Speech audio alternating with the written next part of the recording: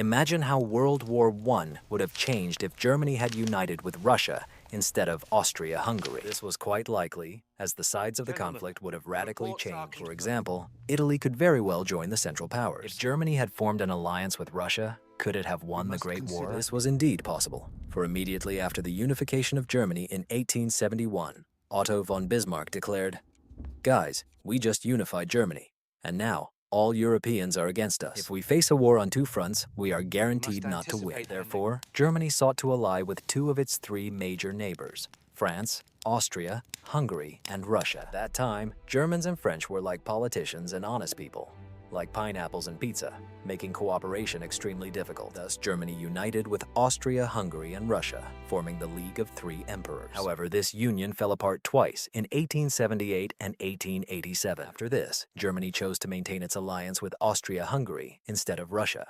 But what if everything had changed? For that to happen, several key changes would need to be made regarding how the League of the Three Emperors fell apart. For example, in the year 1873, the alliance could be imagined like this. "Guys, remember the Holy League? It was great. Let's revive it." After some time, one of the members says, "Hello, dear friend. We will soon invade the Ottoman Empire and liberate Bulgaria." To which the other replies, "But the Balkans are in my sphere of influence." In response, "All right, we'll give you Bosnia if you remain neutral. We really want Bosnia, and I'm sure nothing bad will happen with our Archduke in 1914. Right?" Thus, Russia began its actions and successfully invaded, signing a peace treaty in Stanovo. Romania, Serbia, and Montenegro were to become independent states, and Bulgaria was to be liberated. All these demands were reasonable, but then Russia decided to rewrite history and create a giant Bulgaria, which would be under the control of the Tsar's nephew, effectively becoming a puppet state. This caused discontent. Russians should not gain access to the Mediterranean Sea. We must reduce the size of Bulgaria. Who is with me? To this, they replied, "Yes, that seems reasonable. Can we involve other great powers in the agreement?" After this, the greatest betrayal occurred. Austria-Hungary turned against its ally Russia. The Russians promised Bosnia and Herzegovina to the Habsburgs, but decided to change plans and instead offered a smaller area. Britain took advantage of this and promised all of Bosnia and Herzegovina to Austria-Hungary in exchange for support in creating a smaller Bulgaria, which ultimately happened. Germany intervened in the conflict and acted as a mediator by signing the Berlin Treaty in 1878, which reduced the size of Bulgaria. This made Russia feel betrayed by both Austria-Hungary and Germany. The League of Three Emperors fell apart for the first time right after this, but what if everything had changed and Germany had supported Russia's plans regarding Bulgaria? Austria-Hungary would have been very displeased and would likely have left the alliance, significantly altering the foreign policy of Germany and Russia. For this, all the great powers must meet in Berlin to discuss the fate of the Balkans, similar to the Munich Conference of 1938.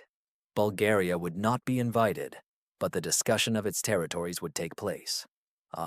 The classic dominance of the great powers. I can imagine that Germany would side with Russia, as France and Britain would not want to risk full war with these states, and would seek compromise. I remind you that it is the year 1878, and France has just been defeated by Germany in 1871. So 7 years ago, the French would have been cautious about starting a new war against an even stronger Germany. As a result, Bulgaria could lose its Mediterranean territories but retain most of its land, while Austria-Hungary would gain all of Bosnia and Herzegovina, despite Russia's discontent. After this incident, the Habsburgs will undoubtedly side with France and Britain, joining them rather than Russia. This would perhaps be the best option for Germany, as if it had to choose between an alliance with Russia and Austria-Hungary, the alliance with the stronger country, which has fewer problems with national minorities, would be the best choice for the German Empire. Thus, Austrian identity would be strengthened, and the country's foreign policy would focus on restoring control over the German states that had been under Austrian dominance for centuries,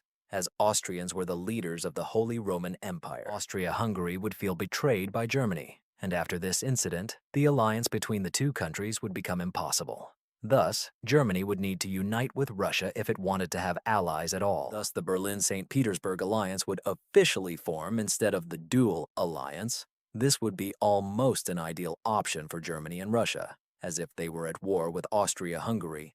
they would have much to gain. Firstly, Germany would likely have annexed all regions with a German population majority in Austria-Hungary. Possibly the Germans would have received Bohemia and Moravia as a protectorate. Russia aimed to help the Slavs of Austria-Hungary rise up, supporting Serbia and Montenegro in their desire to unite the southern Slavs of the empire, or at least liberate them. Additionally, Russia was promised control over Gaul as a result of a possible division of the Habsburg Empire. Ultimately, the only remaining part of the empire would be Hungary, which would lose some lands but retain all of Slovakia and Transylvania. Russia would not want a strong Romania and would not allow Romanians to acquire Transylvania, as a strong Romania could threaten its interests. Russia, and attempts to take Bessarabia or the Danube from Bulgaria, which is under Russian influence. These are the plans that Germany and Russia could agree upon in case of war with the Habsburgs. As I already mentioned, Austria-Hungary is unlikely to remain on the sidelines and will quickly turn to France with a proposal for a formal alliance. During the victory over Germany, France and Austria-Hungary could have completely divided its territory, with France reclaiming Alsace and Lorraine, while Austria-Hungary could directly take Bavaria and Tyrol. Thus, these are the sides of Europe in this alternative universe, but there are other great powers worth mentioning. The first of these is Italy, which lost Savoy and Nice to France in exchange for its help in unifying all of Italy. Although these lands will still be claimed by Italian nationalists, Italy also asserts rights over Tunisia, which belongs to France. Moreover, Italy claims territories of Austria-Hungary, such as South Tyrol and Altena. Considering that both France and Austria-Hungary are rivals of Germany, it is quite logical that Italy could join the German bloc. Montenegro and Serbia are likely to align with Russia, resisting the pressure from the Austrians who control all territories with Serbian populations. Serbia will also have a border with Bulgaria, which is a vassal of Russia, so the Russians will exert significant influence on Serbia, supporting the idea of pan-Slavism. Essentially, Serbia will have to choose either an alliance with Russia and the acquisition of all Austrian lands, or an alliance with the Austrians and the acquisition of Ottoman and Bulgarian territories. I believe Serbia will prefer the first option. As for the Ottoman Empire, it is in a difficult situation, as everyone is negatively inclined towards it. Russia and Austria-Hungary are rivals of the Ottoman Empire, fighting for influence in the Balkans. So even if the Ottomans join one side, they will be offered nothing in Europe. Russia promises the Ottomans control over British possessions in the Middle East up to the Suez Canal, which will become an international zone, while France promises the Ottomans all the Caucasian lands that belong to Russia. I will tell later what the Ottomans will ultimately choose. The last great power to consider is Britain, which will side with France and Austria-Hungary. The first reason is that Germany and Britain will likely continue the naval arms race, and also because Germany is an ally of Russia, Britain's longtime rival. Do not expect Britain to immediately join the alliance, but it will grow closer to France and Austria-Hungary, both politically and economically. Thus, we see all sides with the Ottoman Empire, which has not yet made a final decision. I showed how an alliance between Germany and Russia was possible, as well as how they could divide Austria-Hungary in case of victory, and how France could divide Germany in case of its own victory. These are the main parties in this alternative Great War. The war will begin just as it did before. Prior to its start, there were two Balkan Wars, and particularly notable was the Italo-Turkish War, which took place from 2011 to 2012. These conflicts cannot be ignored, and it is likely that the Italo-Turkish War will serve as the spark for the Great War. This will prompt the Ottoman Empire to consider joining the Entente, but one should not rule out the possibility of them becoming part of the German coalition. Therefore, I will present two possible outcomes depending on which side they choose. Of course, this is not entirely realistic, as the alliance of Germany with Russia in 1878 and the refusal to support Austria-Hungary would have changed the situation 33 years before the Italo-Turkish War. We cannot know for certain what will happen in these 33 years. As for Austria-Hungary as an ally of France, I believe they will eagerly go to war. The main reason is that Russia is beginning industrialization and gaining strength, and this may be the last chance for the Entente to achieve its goals in Central Europe.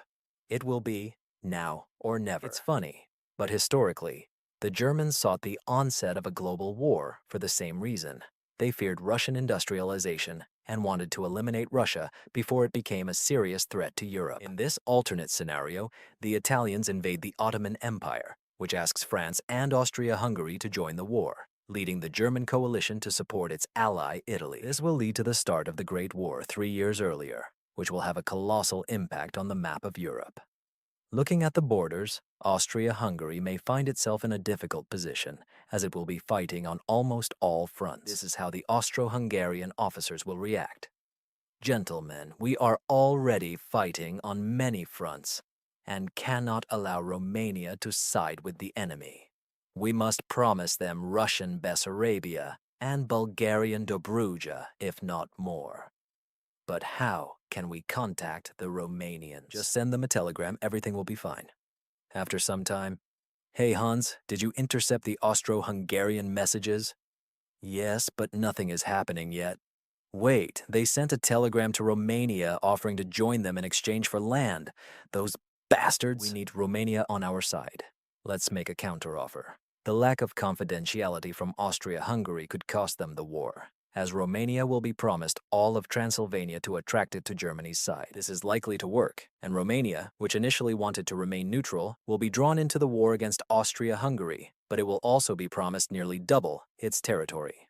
The main takeaway here is that confidentiality is very important. Automatically checks the files you upload for malware and blocks sites that are fake, malicious, fraudulent, or deceptive. This significantly enhances your online security, not just your privacy. What makes this feature even more convenient is that it automatically closes annoying pop-up ads, allowing you to enjoy smoother internet surfing. The nice thing is that you don't need a connected virtual private network to use this feature, so it's worth considering even if you already have another VPN. With the dark web monitor, NordVPN will check if your personal data is being sold without your knowledge. I used NordVPN myself before getting a sponsorship contract when I was in Italy.